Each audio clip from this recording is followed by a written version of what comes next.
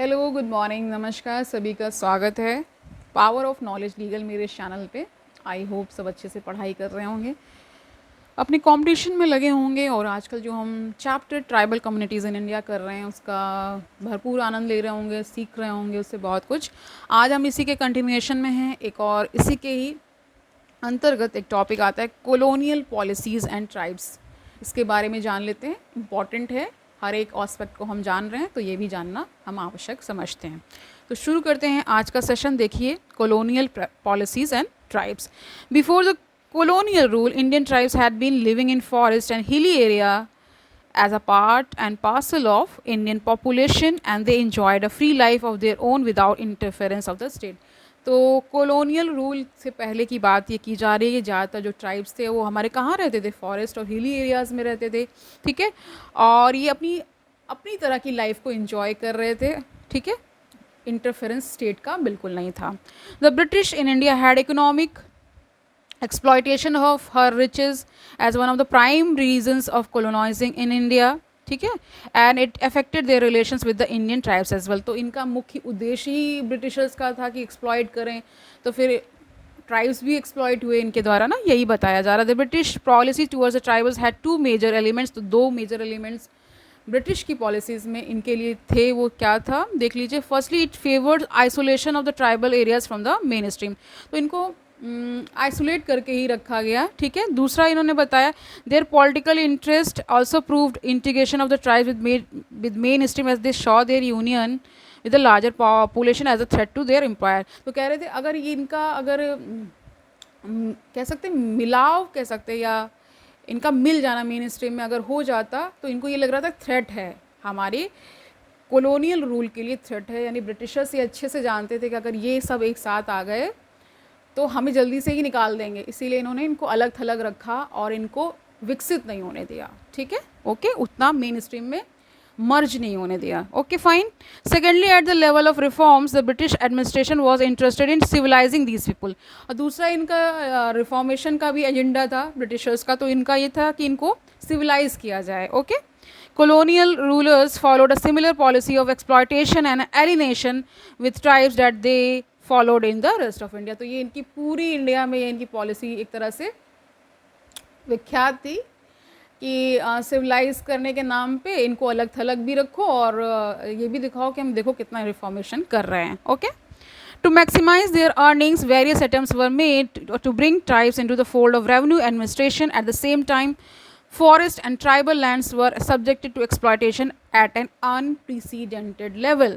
तो कह रहे हैं कि अपनी अर्निंग्स को, यानी ब्रिटिशर्स की बात हो रही है, अपनी अर्निंग्स को क्या मैक्सिमाइज़ करने के लिए इन्होंने क्या किया, बहुत सारे अटेम्प्ट्स किए ताकि इनको रेवेन्यू एडमिनिस्ट्रेशन के अंतर्गत लाया जा सके, यानी ट्राइब्स को, ठीक है। और साथ साथ इनको एक्सप्लॉइट भी किया जा सके अप्रत्याशित लेवल पे। Okay, initial attempts of British to interfere with the tribal areas led to a large number of tribal revolts like चौर अपराइजिंग ऑफ 1832। तो इनके अगेंस्ट भी बहुत सारी अपराइजिंग्स आई, यानी ब्रिटिशर्स के against. Kol and Ho uprising of 1832 in Chota Nagpur, Satara revolt of 1840 and Santhal rebellion of 1856। ये तो बहुत प्रचलित है, ठीक है।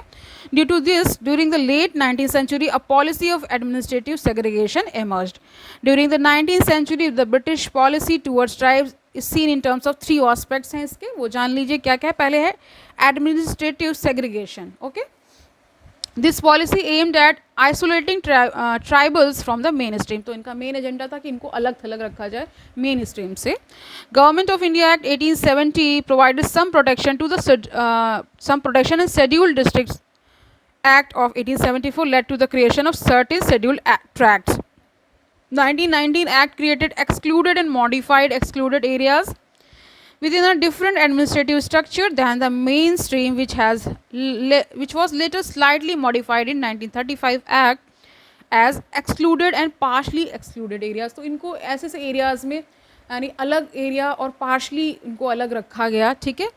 कुछ बफर जोन्स भी होते थे इसमें, आप पढ़े होंगे इसके बारे में। Even Elvin, who worked a lot for tribals in India, talked of creating some sorts of tribal national parks, and he termed the then contemporary attempts of tribal development as over hasty, यानी जल्दबाजी में किए गए सारे कदम थे, ऐसा Alvin कह रहे हैं। ठीक है, दूसरा इन्होंने बताया अ proactive forest policy. Forests have been the traditional lifeline of tribes as they were a source of their livelihood apart from having a cultural significance। तो कह रहे फॉरेस्ट ही ट्राइबल लोगों का क्या है, पार्ट ऑफ उनका सब कुछ उसी में ही था। मतलब ट्राइब्स के लिए फॉरेस्ट उनका रहने का भी स्थान है, उनकी जीविका का भी स्थान मतलब सोर्स है एक तरह से। तो इस तरह से उनका कल्चरल सिग्निफिकेंस भी बहुत ज़्यादा है। ठीक है, फॉरेस्ट से वो बहुत जुड़े हुए होते हैं, एक तरह से ये कह सकते हैं आप। However a proactive forest policy aimed at maximising economic gain at the cost of tribal welfare and alienated tribes from forest. तो कह रहे हैं कि क्योंकि ब्रिटिशर्स के द्वारा प्रोएक्टिव फॉरेस्ट पॉलिसी लाई गई जिससे वो इकोनॉमिक गेन ज़्यादा से ज़्यादा कर सके, और ये सब किसके कॉस्ट पे हो रहा था, मतलब किसको एक तरह से मतलब ट्राइबल लोगों को इनके वेलफेयर को दरकिनार करते हुए और उनको बिल्कुल एलिनेट करने की साजिश एक तरह से की जा रही थी कि इनको इनके जंगलों से हटाओ, फिर ये इनको बेघर भी कर दो, इनको खाने इनके जो खाने का सोर्स है उसको भी एक तरह से हटाई दो ना। In forest they saw valuable resources and they pass exclusively laws like forest act of 1865। तो इन्होंने देखा ब्रिटिशर्स ने कि यहाँ पे तो बहुत ये रिसोर्स के मामले में बहुत रिच है, इसका भी दोहन किया जाए ना।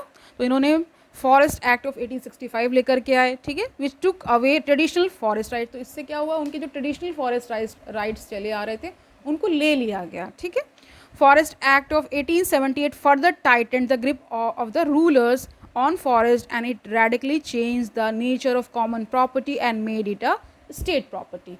तो इससे क्या हुआ, 1878 जो फॉरेस्ट एक्ट था उससे क्या हुआ, इन्होंने और ग्रिप को टाइट किया, यानी कि उन पर शिकंजा कसना इसे कहते हैं। ठीक है, उन फॉरेस्ट पे ही इन्होंने किया, और उनके पूरे जो उनका जो नोशन ऑफ कॉमन प्रॉपर्टी था, यानी वो सामूहिक रूप से उस पूरी प्रॉपर्टी का इस्तेमाल करते थे ना जितने भी ट्राइब्स थे, तो उनको इस तरह ब्रिटिशर्स ने ले लिया एक तरह से ना, और उनको अब क्या हो गया, अब स्टेट प्रॉपर्टीज़ को बना दिया गया। ठीक है, thus declining the tribals their traditional rights on the forest. Okay, it also classified forest as reserved, protected and village forest without giving consideration to the rights of the tribals, and this mistake remained uncorrected for almost 125 years. तो इसका division कर दिया गया, reserve forest में ना, protected and village forest में का division हो गया, और ये अभी तक वो गलती है जो अभी तक सुधारी नहीं गई है, 125 ईयर्स से भी ज़्यादा हो चुका है। Okay, Until the Forest Act 2006 was enacted। तो जब 2006 का जो एक्ट आया उसमें कुछ सुधार किए गए। ठीक है, even activities like grazing of cattle and collection of fuel wood was declared illegal and tribes had to pay taxes for these activities were permissible। अब देखो उनके जो पशु होते थे उनको चारा के लिए जो ग्रेजिंग वगैरह जो चरते वगैरह थे उसके लिए भी ये लोग टैक्स लगाने लगे। देखो अपने ही जहाँ वो रह रहे थे उनको पहले बेघर कर दो, फिर उनसे ही टैक्स लेने लगो, ये साजिश ही तो कही जाएगी। ठीक है, forest laws were so exclusive and complex that according to Elvin every tribal violated many of them in a single day। According to Vidyarthi alienation from forest was not only economic but also emotional and cultural। तो इनके लिए तो emotional subject हो ही जाता है क्योंकि वो इतने जुड़े हुए होते थे। Trees, rivers and mountains carried symbolic and religious meanings for the tribals. As a result, tribals became antagonistic towards colonial rule and incidences of confrontation only increased। तो इससे क्या हुआ कि उनके अंदर इन ब्रिटिशर्स के प्रति क्या हो गया, एंटागोनिस्टिक भी हुआ, यानी विरोधी वाला जो है, इनको हटाना है, ये इस तरह से उनके दिमाग में आने लगा। Commercial exploitation of forest and pushing of tribals into subsistence agriculture also led to the introduction of middlemen and money lenders in tribal areas and their indebtedness became another problem। तो कह रहे हैं कि कमर्शियल एक्सप्लॉयटेशन फॉरेस्ट का बढ़ गया। ठीक है, और जो ट्राइबल्स थे उनको सब्सिस्टेंस एग्रीकल्चर का मतलब होता है जितना वो अन्न उत्पन्न कर रहे खाने भर का ही हो रहा है, अलग से वो कुछ नहीं कर पा रहे। ठीक है, इससे एक मिडिल मैन भी क्रिएट हो गया, मनी लेंडर्स आ गए अब यहाँ पर, और ये सब और भी प्रॉब्लम ट्राइबल्स के लिए बढ़ती चली गई। थर्ड, इन्होंने अ रिफॉर्मिस्ट अप्रोच ब्रिटिश, तो इसके बारे में जानिए।